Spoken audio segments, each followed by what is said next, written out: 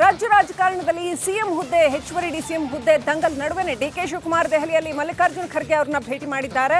ಇದು ಸಾಕಷ್ಟು ಸಂಚಲನಕ್ಕೆ ಕಾರಣ ಆಗಿದೆ. ಇಂಥ ಒಂದು ನಿರ್ಣಾಯಕ ಸಂದರ್ಭದಲ್ಲಿ ಡಿಕೆ ಶಿವಕುಮಾರ್ ಒಬ್ಬರೇ ಹೋಗಿ ಮಲ್ಲಿಕಾರ್ಜುನ್ ಖರ್ಗೆ ಅವರನ್ನ ಭೇಟಿ ಮಾಡಿರ್ತಕ್ಕಂಥದ್ದು ರಾಜ್ಯ ರಾಜಕೀಯದ ಬೆಳವಣಿಗೆಗಳ ಬಗ್ಗೆ ಏನು ಚರ್ಚೆ ನಡೀತು ಅಂತ ಈಗ ಕುತೂಹಲ ಗರಿಗೆದರಿದೆ. ಸಿಎಂ ಬದಲಾವಣೆ, ಹೆಚ್ಚುವರಿ ಡಿಸಿಎಂ ಹುದ್ದೆಗಳನ್ನ ನೇಮಕ ಮಾಡುವಂತ ವಿಚಾರ, ಇದ್ರ ಬಗ್ಗೆ ಏನಾದರೂ ಚರ್ಚೆ ಆಯ್ತಾ? ನಿನ್ನೆ ಸಿಎಂ ರಾಹುಲ್ ಗಾಂಧಿ ಅವ್ರನ್ನ ಭೇಟಿ ಆದ್ರೆ ಡಿಕೆ ಶಿವಕುಮಾರ್ ಮಲ್ಲಿಕಾರ್ಜುನ್ ಖರ್ಗೆ ಅವ್ರನ್ನ ಭೇಟಿಯಾಗಿದ್ದಾರೆ. ಖರ್ಗೆ ಜೊತೆ ಡಿಕೆ ಶಿವಕುಮಾರ್ ಏನ್ ಮಾತನಾಡಿದ್ರು, ಏನು ತಂತ್ರ ಪ್ರತಿತಂತ್ರ ರೂಪುಗೊಳ್ತಾ ಇದೆ ದೆಹಲಿ ಅಂಗಳದಲ್ಲಿ ರಾಜ್ಯ ರಾಜಕಾರಣಕ್ಕೆ ಸಂಬಂಧಪಟ್ಟಂತೆ ಅನ್ನುವಂಥ ಕುತೂಹಲ ಈಗ ಗರಿಗೆದರಿದೆ. ಎರಡು ದೃಶ್ಯಗಳನ್ನ ನೋಡ್ತಾ ಇದ್ರೆ, ನಿನ್ನೆ ರಾಹುಲ್ ಗಾಂಧಿ ಅವ್ರನ್ನ ಸಿದ್ದರಾಮಯ್ಯ ಭೇಟಿ ಮಾಡಿರ್ತಕ್ಕಂಥದ್ದು, ಇವತ್ತು ಡಿಕೆ ಶಿವಕುಮಾರ್ ಮಲ್ಲಿಕಾರ್ಜುನ್ ಖರ್ಗೆ ಅವರನ್ನ ಭೇಟಿಯಾಗಿರುವಂಥದ್ದು. ಇಬ್ರು ಕೂಡ ಮಾಸ್ಟರ್ ಸ್ಟ್ರಾಟಜಿಸ್ಟ್ಗಳು, ಸಿದ್ದರಾಮಯ್ಯ ಹಾಗೂ ಡಿಕೆ ಶಿವಕುಮಾರ್. ಸೊ ಯಾರ ದಾಳ ಪ್ರಬಲವಾಗಿ ಉರುಳುತ್ತೆ ಅನ್ನೋದನ್ನ ಕಾದು ನೋಡ್ಬೇಕಾಗಿದೆ.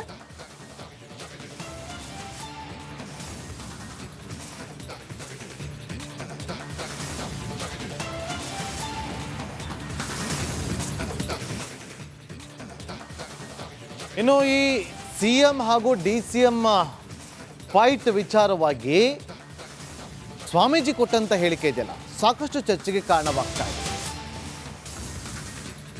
ಸಿಎಂ ಡಿಸಿಎಂ ಸ್ಥಾನ ಫೈಟ್ಗೆ ಹಾಗಾದ್ರೆ ಸಚಿವರು ಹೇಳೋದೇನು?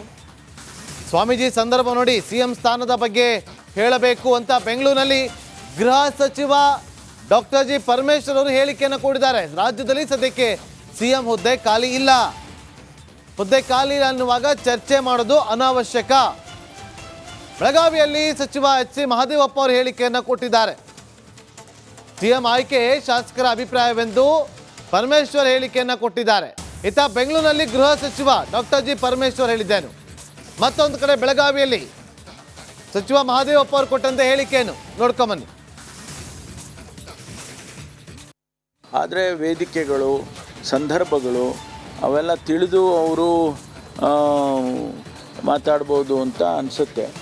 ಆದರೆ ಅವರ ಅನಿಸಿಕೆನ ಎಕ್ಸ್ಪ್ರೆಸ್ ಮಾಡಿದ್ದಾರೆ. ಅವರು ಅದನ್ನು ತಪ್ಪು ಅಂತಲೂ ನಾನು ಹೇಳೋದಿಲ್ಲ, ಆದರೆ ಅದು ಅವ್ರದ್ದೇ ಆದಂಥ ರೀತಿಯಲ್ಲಿ ಅವರು ಹೇಳ್ಬೋದು. ಆದರೆ ಆ ಸಂದರ್ಭ ಮತ್ತು ಸನ್ನಿವೇಶಗಳು ಮತ್ತು ಸ್ವಾಮೀಜಿ ಹೇಳುವಾಗ ಎಲ್ರಿಗೂ ಒಂದು ರೀತಿಯಲ್ಲಿ ಅನಿಸುತ್ತೆ, ಏನಪ್ಪ ಇವರು ಧಾರ್ಮಿಕ ಗುರುಗಳೆಲ್ಲ ರಾಜಕೀಯ ಮಾಡೋಕ್ಕೆ ಶುರು ಮಾಡಿಬಿಟ್ಟಿದ್ದಾರೆ ಅಂತೇಳಿ ಒಂದು ಅಭಿಪ್ರಾಯ ಬರೋ ರೀತಿಯಲ್ಲೇ ಆಗಬಾರ್ದು. ಜನ ಕಾಂಗ್ರೆಸ್ ಪಕ್ಷ 3-5 ವರ್ಷ ಆಳಬೇಕು ಅಂತೇಳಿ ಆಶೀರ್ವಾದ ಮಾಡಿ 135 ಜನ ಗೆಲ್ಲಿಸಿದ್ದಾರೆ. ಪಕ್ಷದ ಹೈಕಮಾಂಡು ವೀಕ್ಷಕರನ್ನು ಕಳಿಸಿ ಶಾಸಕರ ಅಭಿಪ್ರಾಯವನ್ನು ಸಂಗ್ರಹ ಮಾಡಿದ್ದಾರೆ. ಶಾಸಕರ ಅಭಿಪ್ರಾಯ ಸಂಗ್ರಹ ಮಾಡಿ ಶಾಸಕಾಂಗದ ಪಕ್ಷದ ನಾಯಕರಾಗಿ ಸಿದ್ದರಾಮಯ್ಯನವರು ಹೆಚ್ಚು ಶಾಸಕರ ಬೆಂಬಲದಿಂದ ನಾಯಕರಾಗಿ ಆಯ್ಕೆ ಆಗಿದ್ದಾರೆ. ಅವರು ಶಾಸಕಾಂಗದ ಪಕ್ಷದ ನಾಯಕದಲ್ಲಿ ಶಾಸಕರ ಅಭಿಪ್ರಾಯವನ್ನು ಸಂಗ್ರಹ ಮಾಡಿ ಅವರ ಅಭಿಪ್ರಾಯದ ಮೇರೆಗೆ ಹೈಕಮಾಂಡು ತೀರ್ಮಾನ ಮಾಡಿ ಸಿದ್ದರಾಮಯ್ಯನವರು ಮುಖ್ಯಮಂತ್ರಿ ಅಂತ ಹೇಳಿದ್ದಾರೆ. ಅದು ಮುಖ್ಯಮಂತ್ರಿ ಆದಮೇಲೆ ಈಗ ಮುಖ್ಯಮಂತ್ರಿ ಹುದ್ದೆ ಖಾಲಿ ಇಲ್ವಲ್ಲ,